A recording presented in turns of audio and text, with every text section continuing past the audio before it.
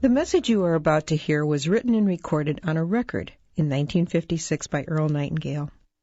This message is the answer to the question that he had been searching for from the time he was about 9 years old.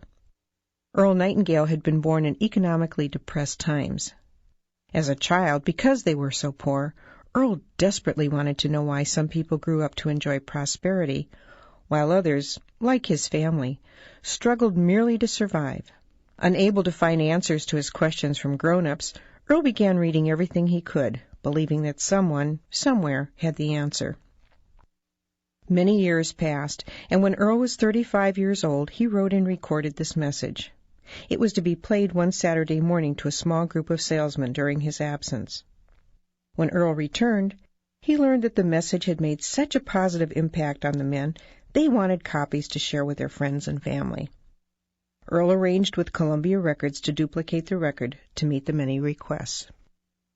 Much to Earl's surprise, in very little time, without any real advertising or marketing, over 1 million copies had been sold, and he received a gold record. Earl called the message The Strangest Secret.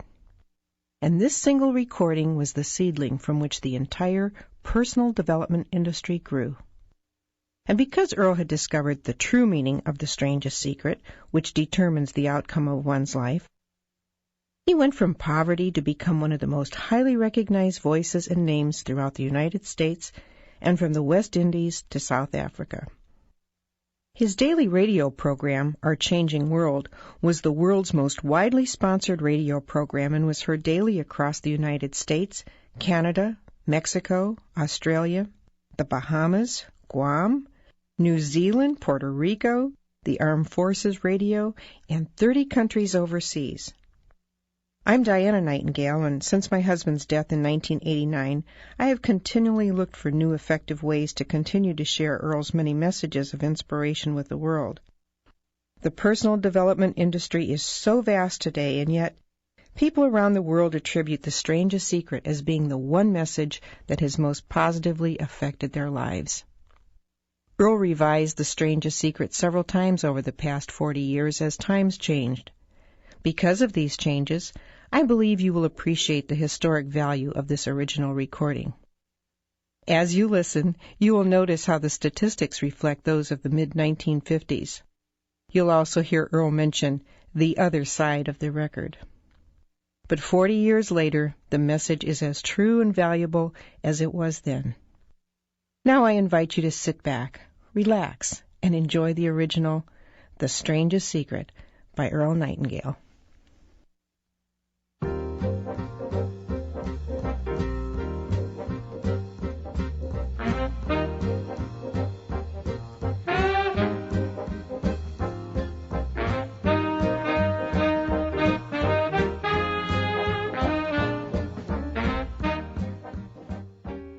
I'd like to tell you about the strangest secret in the world.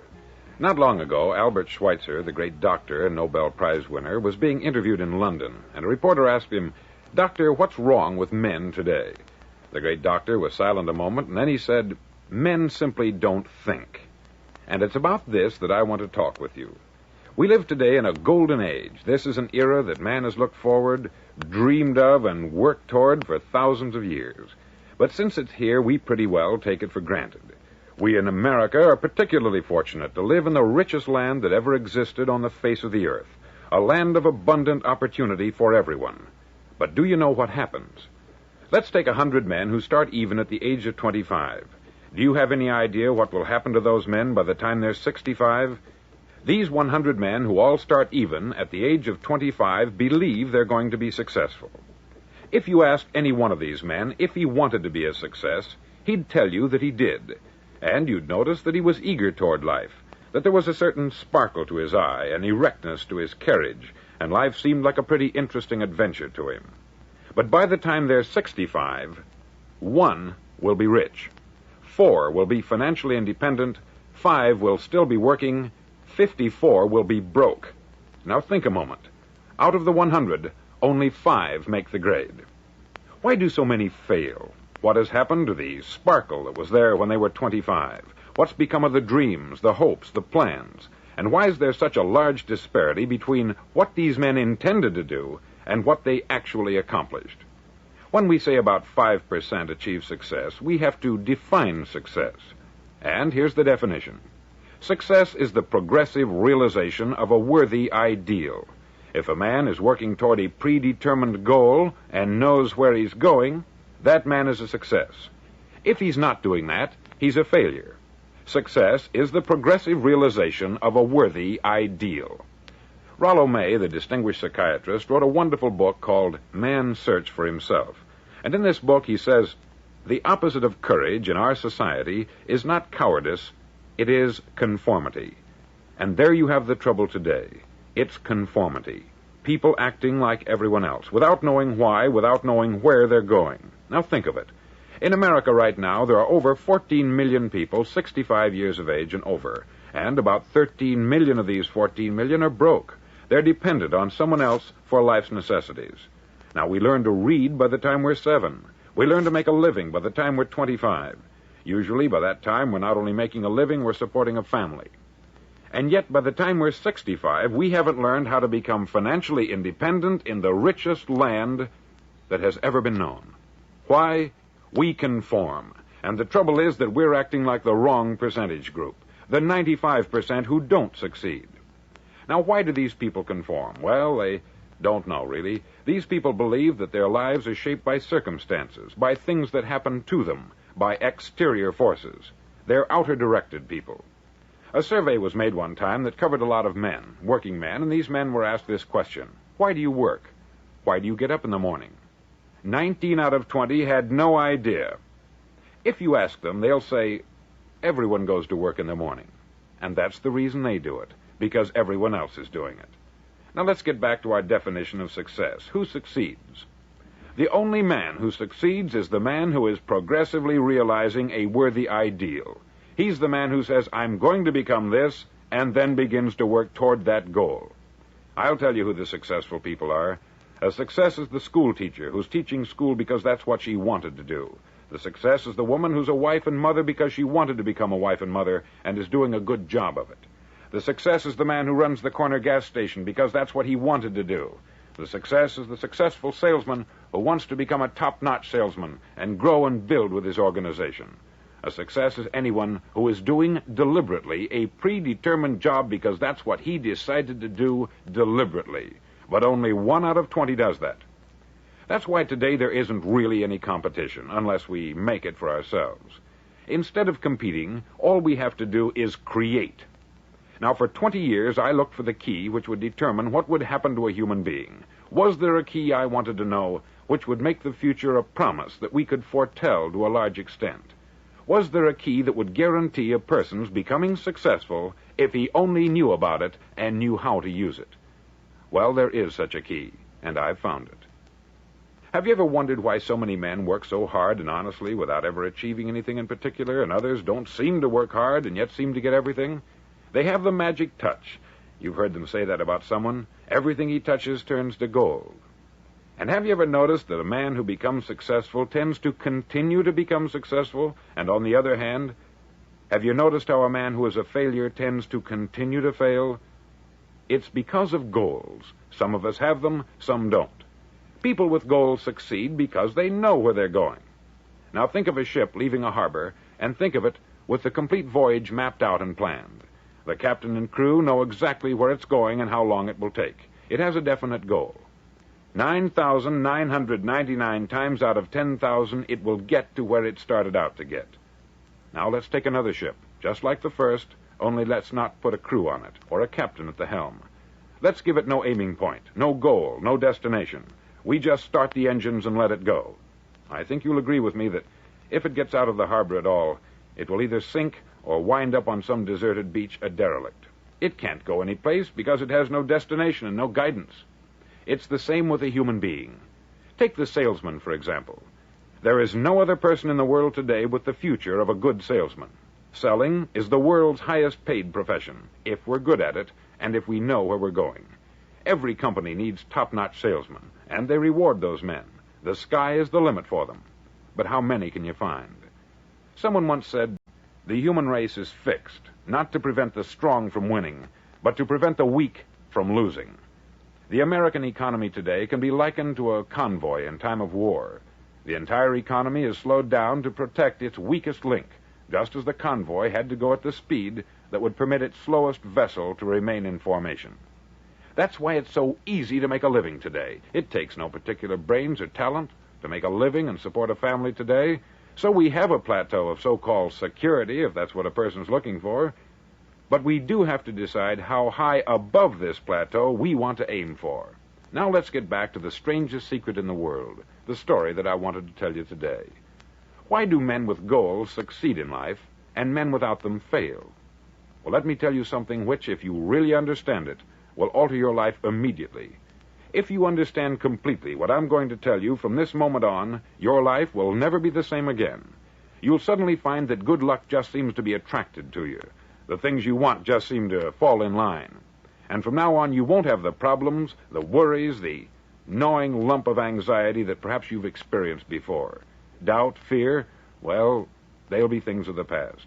Here's the key to success, and the key to failure. We become what we think about. Now let me say that again. We become what we think about. Throughout all history, the great wise men and teachers, philosophers and prophets have disagreed with one another on many different things. It is only on this one point that they are in complete and unanimous agreement. Listen to what Marcus Aurelius, the great Roman emperor, said. He said, "A man's life is what his thoughts make of it." Disraeli said this, "Everything comes if a man will only wait. I have brought myself by long meditation to the conviction that a human being with a settled purpose must accomplish it, and that nothing can resist a will that will stake even existence for its fulfillment." Ralph Waldo Emerson said this, "A man is what he thinks about all day long." William James said, "The greatest discovery of my generation is that human beings can alter their lives by altering their attitudes of mind." And he also said, "We need only in cold blood act as if the thing in question were real, and it will become infallibly real by growing into such a connection with our life that it will become real. It will become so knit with habit and emotion that our interest in it will be those which characterize belief." He also said this, "If you only care enough for a result, you will almost certainly attain it. If you wish to be rich, you will be rich. If you wish to be learned, you will be learned. If you wish to be good, you will be good. Only you must then really wish these things, and wish them exclusively, and not wish at the same time 100 other incompatible things just as strongly." In the Bible you read, in Mark 9:23, "If thou canst believe, all things are possible to him that believeth." Dr. Norman Vincent Peale said this, "This is one of the greatest laws in the universe. Fervently do I wish I had discovered it as a very young man. It dawned upon me much later in life, and I've found it to be one of the greatest, if not my greatest discovery, outside of my relationship to God. And the great law, briefly and simply stated, is that if you think in negative terms, you'll get negative results. If you think in positive terms, you will achieve positive results. That is the simple fact which is at the basis of an astonishing law of prosperity and success. In 3 words, believe and succeed." William Shakespeare put it this way, "Our doubts are traitors, and make us lose the good we oft might win by fearing to attempt." George Bernard Shaw said, "People are always blaming their circumstances for what they are. I don't believe in circumstances. The people who get on in this world are the people who get up and look for the circumstances they want, and if they can't find them, make them." Well, it's pretty apparent, isn't it? And every person who discovered this, for a while believed that he was the first one to work it out. We become what we think about. Now, it stands to reason that a person who's thinking about a concrete and worthwhile goal is going to reach it, because that's what he's thinking about. And we become what we think about. Conversely, the man who has no goal, who doesn't know where he's going, and whose thoughts must therefore be thoughts of confusion and anxiety and fear and worry, becomes what he thinks about. His life becomes one of frustration, fear, anxiety, and worry.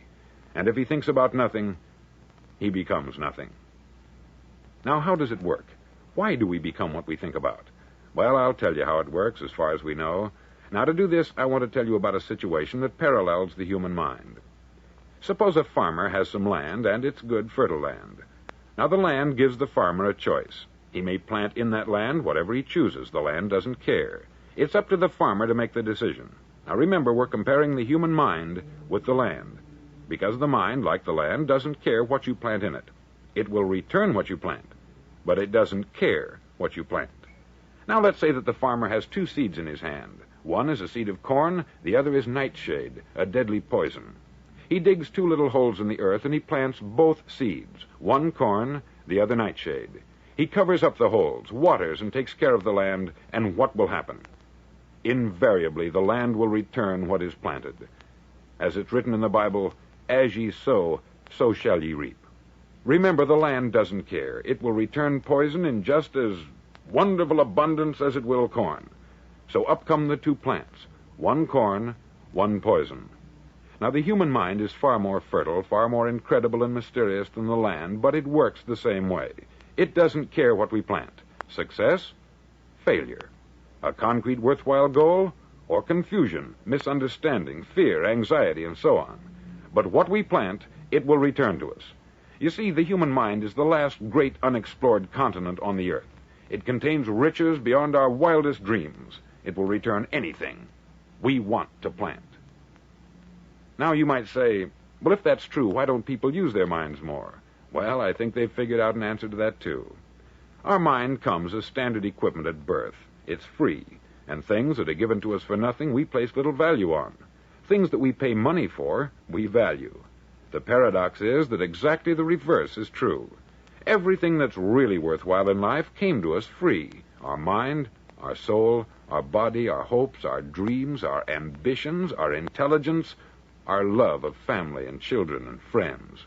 All these priceless possessions are free, but the things that cost us money are actually very cheap and can be replaced at any time. A good man can be completely wiped out and make another fortune.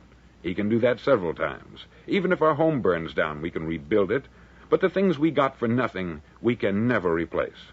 The human mind isn't used merely because we take it for granted. Familiarity breeds contempt. It can do any kind of job we assign to it, but generally speaking, we use it for little jobs instead of big, important ones. Universities have proved that most of us are operating on about 10% of our abilities. Decide now, what is it you want? Plant your goal in your mind. It's the most important decision you'll ever make in your entire life. Do you want to be an outstanding salesman, a better worker at your particular job? Do you want to go places in your company, in your community? All you've got to do is plant that seed in your mind. Care for it. Work steadily toward your goal, and it will become a reality. It not only will, there's no way that it cannot. You see, that is a law, like the laws of Sir Isaac Newton, the laws of gravity. If you get on top of a building and jump off, you'll always go down. You'll never go up. And it's the same with all the other laws of nature. They always work. They're inflexible. Think about your goal in a relaxed, positive way. Picture yourself in your mind's eye as having already achieved this goal. See yourself doing the things you will be doing when you've reached your goal. Ours has been called the phenobarbital age, the age of ulcers and nervous breakdowns. At a time when medical research has raised us to a new plateau of good health and longevity, far too many of us worry ourselves into an early grave trying to cope with things in our own little personal ways, without learning a few great laws that will take care of everything for us. These things we bring on ourselves through our habitual way of thinking. Every one of us is the sum total of his own thoughts. He is where he is because that is exactly where he really wants to be, whether he'll admit that or not. Each of us must live off the fruit of his thoughts in the future, because what you think today and tomorrow, next month and next year, will mold your life and determine your future. You're guided by your mind. I remember one time I was driving through Arizona, and I saw one of those giant earth-moving machines roaring along the road at about 35 miles an hour with what looked like 20 tons of dirt in it, a tremendous, incredible machine, and there was a little man perched way up on top with the wheel in his hands guiding it.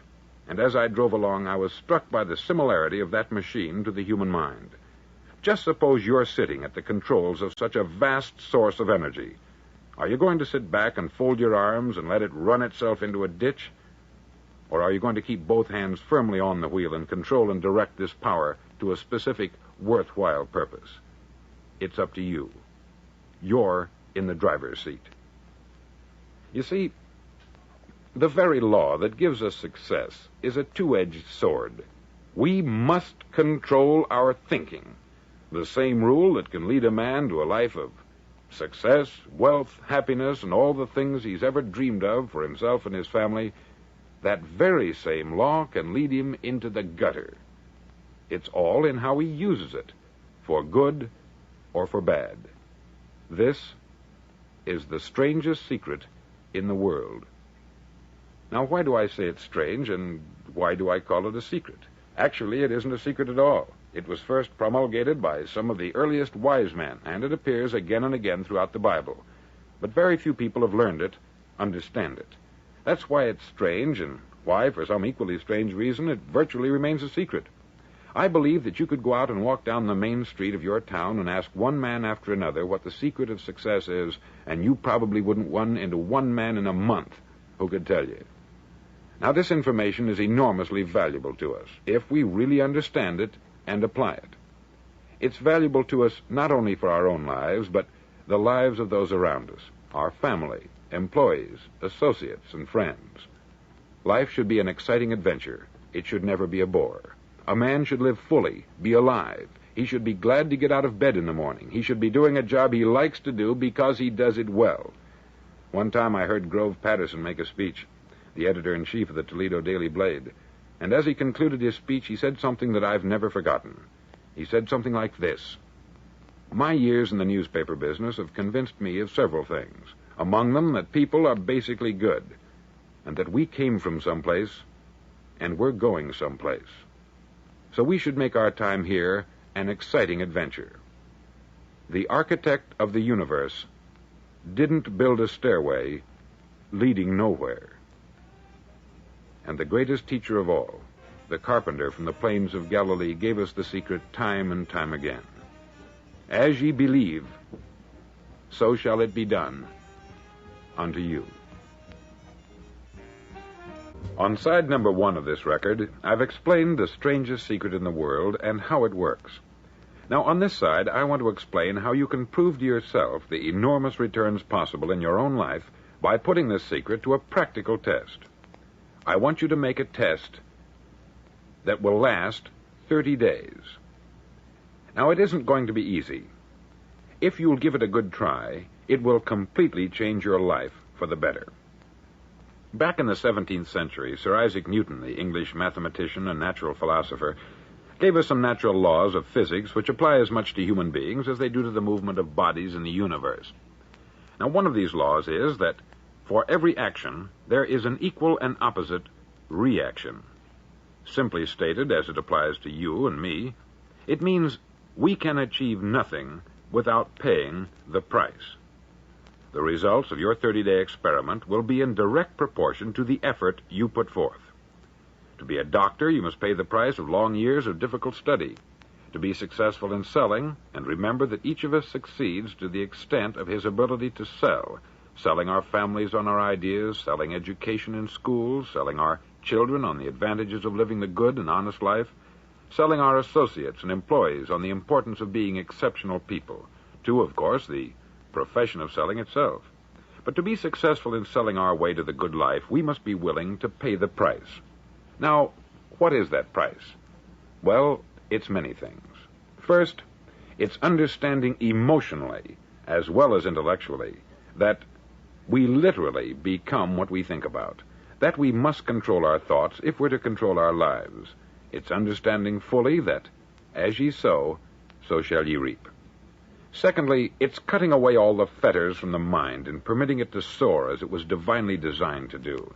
It's the realization that your limitations are self-imposed, and that the opportunities for you today are enormous beyond belief. It's rising above narrow-minded pettiness and prejudice. Thirdly, to use all your courage to force yourself to think positively on your own problem, to set a definite and clearly defined goal for yourself, to let your marvelous mind think about your goal from all possible angles, to let your imagination speculate freely upon many different possible solutions, to refuse to believe there are any circumstances sufficiently strong to defeat you in the accomplishment of your purpose, to act promptly and decisively when your course is clear, and to keep constantly aware of the fact that you are, at this moment, standing in the middle of your own acre of diamonds, as Russell Conwell used to point out. Fourth, save at least 10% of what you earn. It's also remembering that no matter what your present job, it has enormous possibilities if you're willing to pay the price. Now let's just go over the important points in the price each of us must pay to achieve the wonderful life that can be ours. It is, of course, worth any price. 1, you will become what you think about. 2, remember the word imagination. Let your mind soar. 3, courage. Concentrate on your goal every day. 4, save 10% of what you earn. And action. Ideas are worthless unless we act on them. Now I'll try to outline the 30-day test I want you to make. Now keep in mind that you have nothing to lose by making this test, and everything you could possibly want to gain. There are 2 things that may be said of everyone. Each of us wants something, and each of us is afraid of something. I want you to write on a card what it is you want more than anything else. It may be more money.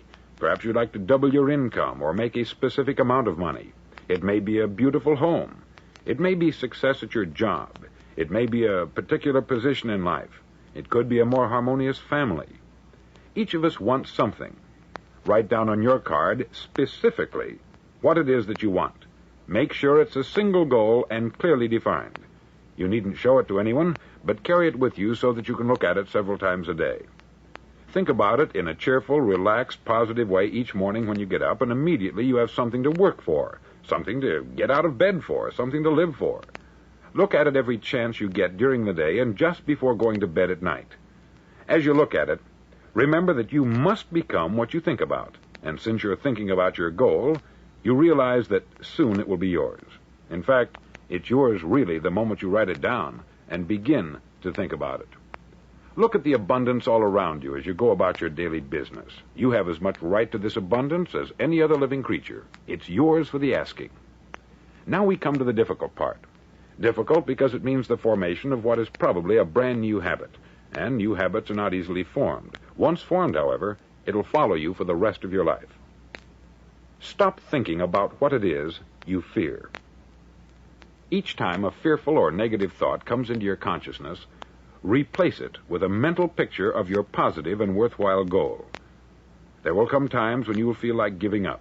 It's easier for a human being to think negatively than positively. That's why only 5% is successful. You must begin now to place yourself in that group. For 30 days, you must take control of your mind. It will think only about what you permit it to think. Each day for this 30-day test, do more than you have to do. In addition to maintaining a cheerful, positive outlook, give of yourself more than you've ever done before. Do this knowing that your returns in life must be in direct proportion to what you give. The moment you decide on a goal to work toward, you're immediately a successful person. You're then in that rare and successful category of people who know where they're going. Out of every 100 people, you belong to the top 5. Don't concern yourself too much with how you're going to achieve your goal. Leave that completely to a power greater than yourself.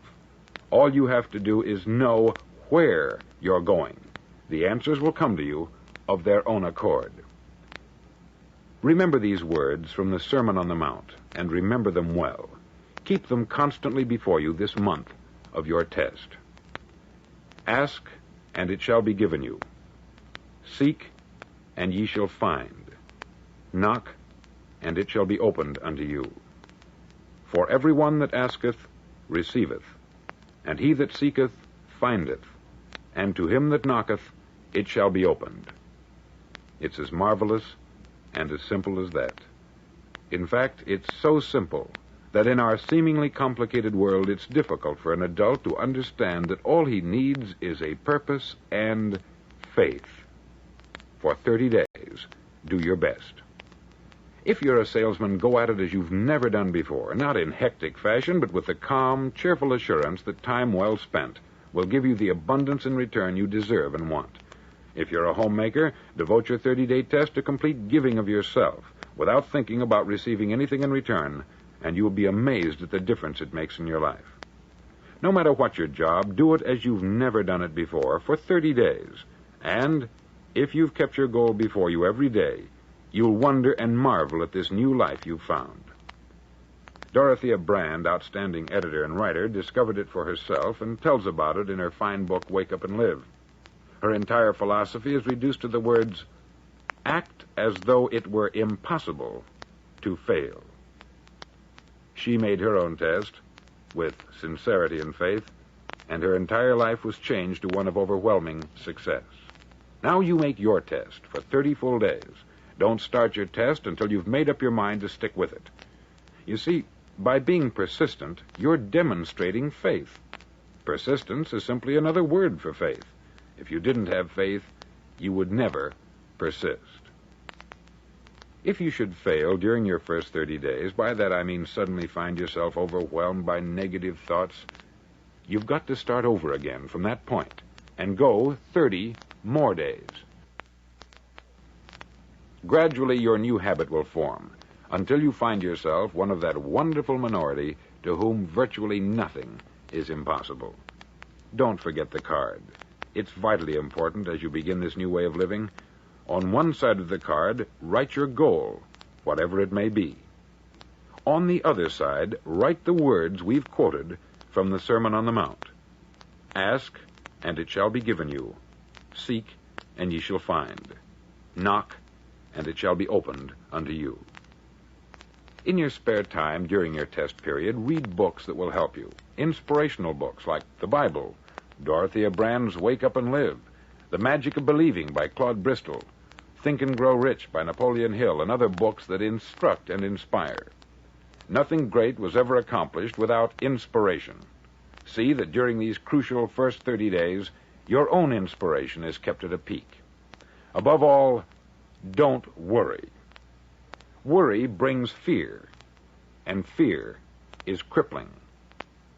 The only thing that can cause you to worry during your test is trying to do it all yourself. Know that all you have to do is hold your goal before you. Everything else will take care of itself. Remember also to keep calm and cheerful. Calm and cheerful. Don't let petty things annoy you and get you off course. Now, since making this test is difficult, some may say, well, why should I bother? Well, look at the alternative. No one wants to be a failure. No one really wants to be a mediocre individual. No one wants a life constantly filled with worry, fear, and frustration. Therefore, remember that you must reap that which you sow. If you sow negative thoughts, your life will be filled with negative things. If you sow positive thoughts, your life will be cheerful, successful, and positive. Now, gradually, you will have a tendency to forget what you've heard on this record. Play it often. Keep reminding yourself of what you must do to form this new habit. Gather your whole family about and listen to what's been said here at regular intervals. You know, most men will tell you that they want to make money without understanding the law. The only people who make money work in the mint. The rest of us must earn money. This is what causes those who keep looking for something for nothing or a free ride to fail in life. The only way to earn money is by providing people with services or products which are needed and useful. We exchange our product or service for the other man's money. Therefore, the law is that our financial return will be in direct proportion to our service. Success is not the result of making money. Making money is the result of success. And success is in direct proportion to our service. Most people have this law backwards. They believe that you're successful if you earn a lot of money.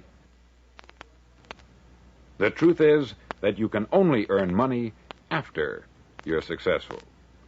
It's like the story of the man who sat in front of the stove and said to it, "Give me heat, and then I'll add the wood." How many men and women do you know Or do you suppose there are today who take the same attitude toward life? There are millions. We've got to put the fuel in before we can expect heat. Likewise, we've got to be of service first before we can expect money. Don't concern yourself with the money. Be of service. Build, work, dream, create. Do this, and you'll find there's no limit to the prosperity and abundance that will come to you. Prosperity is founded upon a law of mutual exchange. Any person who contributes to prosperity must prosper in turn himself. Sometimes the return will not come from those you serve, but it must come to you from someplace, for that is the law. For every action, there is an equal and opposite reaction. As you go daily through your 30-day test period, remember that your success will always be measured by the quality and quantity of service you render, and money is a yardstick for measuring this service. No man can get rich himself unless he enriches others. There are no exceptions to a law. You can drive down any street in America and from your car estimate the service that's being rendered by the people living on that street. Had you ever thought of this yardstick before? It's interesting. Some, like ministers and priests and other devoted people, measure their returns in the realm of the spiritual, but again, their returns are equal to their service. Once this law is fully understood, any thinking person can tell his own fortune. If he wants more, he must be of more service to those from whom he receives his return. If he wants less, he has only to reduce this service.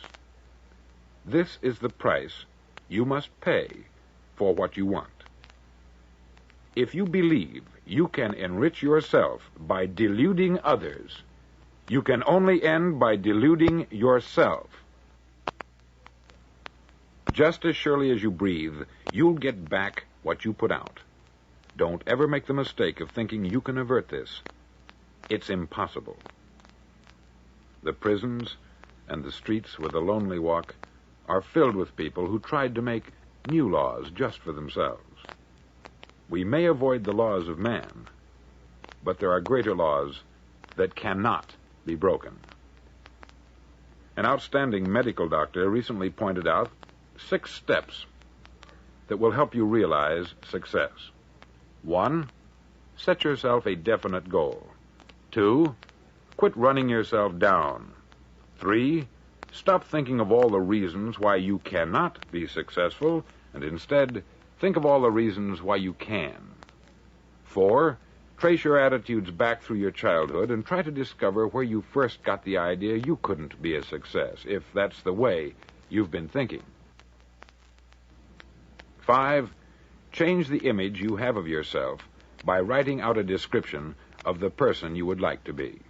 And 6, act the part of the successful person you have decided to become. The doctor who wrote those words is a noted West Coast psychiatrist, David Harold Fink, M.D. Do what all the experts since the dawn of recorded history have told you you must do. Pay the price by becoming the person you want to become. It's not nearly as difficult as living unsuccessfully. Make your 30-day test. Then repeat it. Then repeat it again. Each time it will become more a part of you until you'll wonder how you could ever have lived any other way. Live this new way, and the floodgates of abundance will open and pour over you more riches than you may have dreamed existed. Money? Yes, lots of it. But what's more important, you'll have peace. You'll be in that wonderful minority who lead calm, cheerful, successful lives. Start today. You have nothing to lose, but you have a life to win.